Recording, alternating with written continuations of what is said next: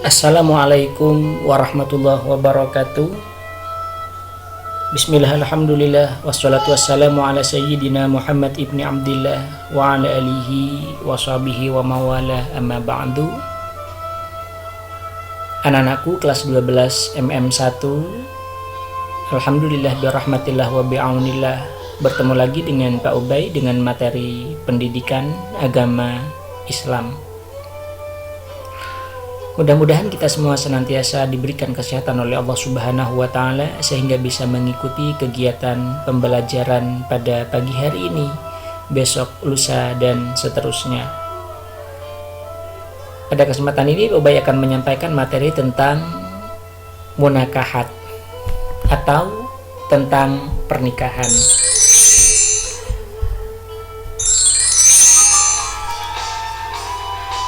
Yang mana standar kompetensinya di dalam bab ini adalah memahami hukum Islam tentang hukum keluarga,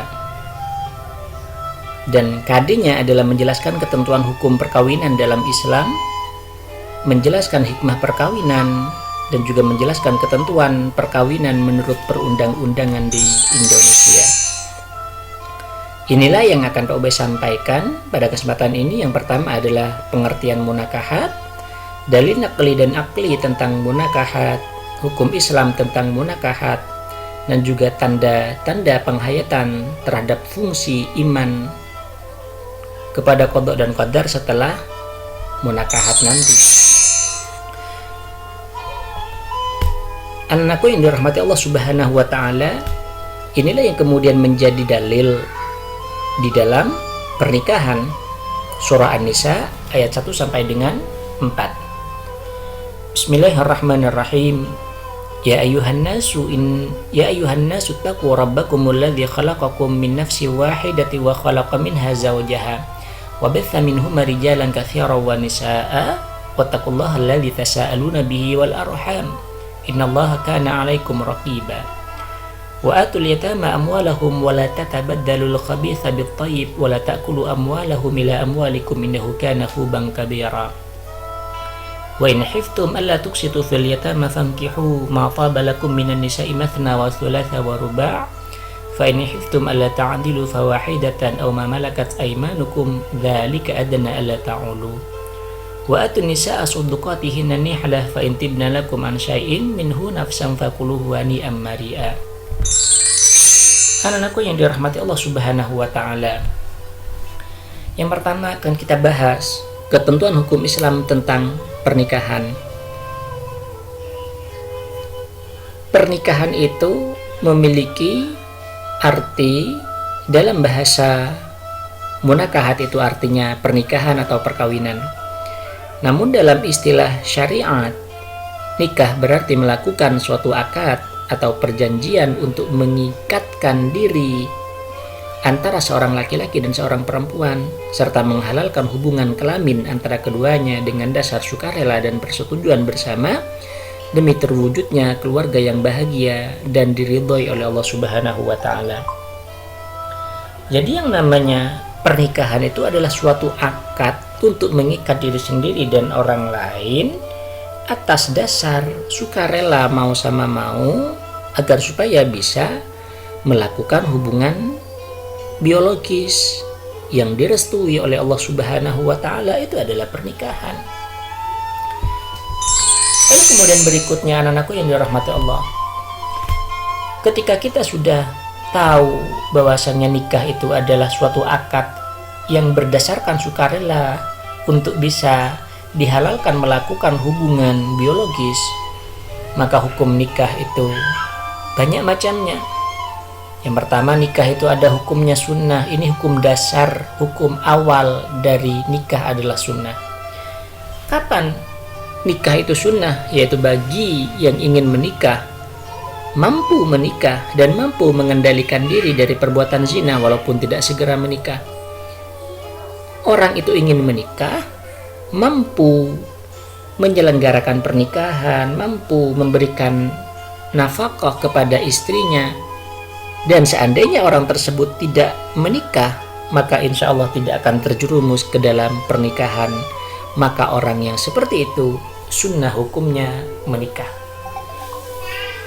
Jadi orangnya ingin menikah, pekerjaan punya, dan bisa bertanggung jawab kepada istrinya, tapi seandainya tidak menikah, orang tersebut tidak akan terjerumus ke dalam perzinahan, maka orang tersebut sunnah hukumnya untuk menikah.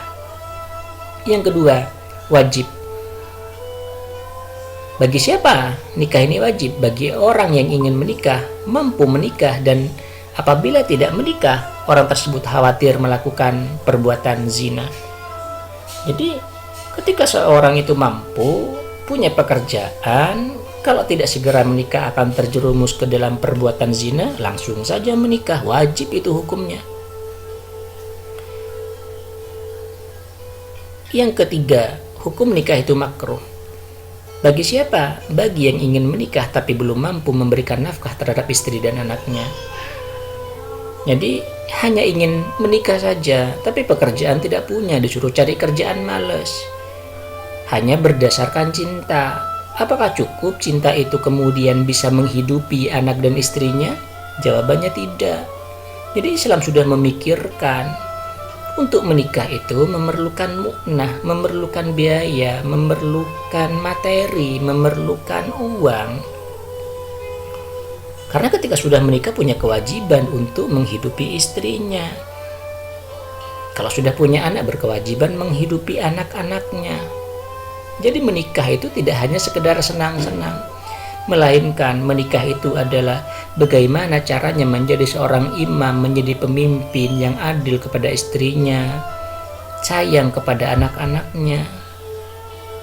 Nah, oleh karena itu harus semangat di dalam belajar. Ketika sudah lulus nanti wajib punya pekerjaan yang mapan. Ketika sudah mendapatkan imbalan atau gaji dari pekerjaan itu, tabung sedikit demi sedikit untuk persiapan menikah. Ketika sudah terlaksana yang namanya resepsi pernikahan, maka gaji yang didapatkan itu niatilah untuk menafkahi istrinya. Kalau sudah punya anak, untuk menafkahi anaknya, maka itu akan menjadi pahala tersendiri bagi suami. Itu besar sekali pahalanya. Lalu kemudian yang keempat, hukum daripada nikah itu adalah haram. Bagi siapa? Bagi yang ingin menikah dengan niat untuk menyakiti wanita yang dinikahinya. Menikahi seseorang tujuannya untuk menikah, untuk menyakiti, itu hukumnya haram, dosa. Tidak dibenarkan di dalam agama Islam. Menikahinya untuk balas dendam kepada keluarganya, tidak. Itu haram hukum menikahnya. Jadi ketika ingin menikahi seseorang, pastikan dengan seseorang yang mencintai kalian, bukan yang hanya dicintai kalian saja, tidak. Dan menikahlah dengan orang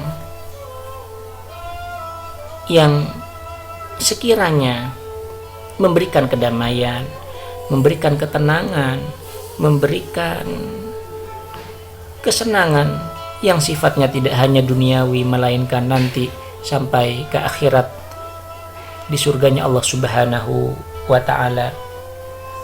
Anak-anakku yang dirahmati Allah Subhanahu wa ta'ala, mungkin ini saja yang dapat Pak Ubay sampaikan.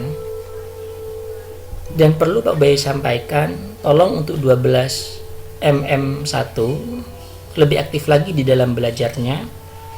Kalau ada informasi dari Bapak dan Ibu guru, tolong direspon, jangan kemudian hanya didiemin saja.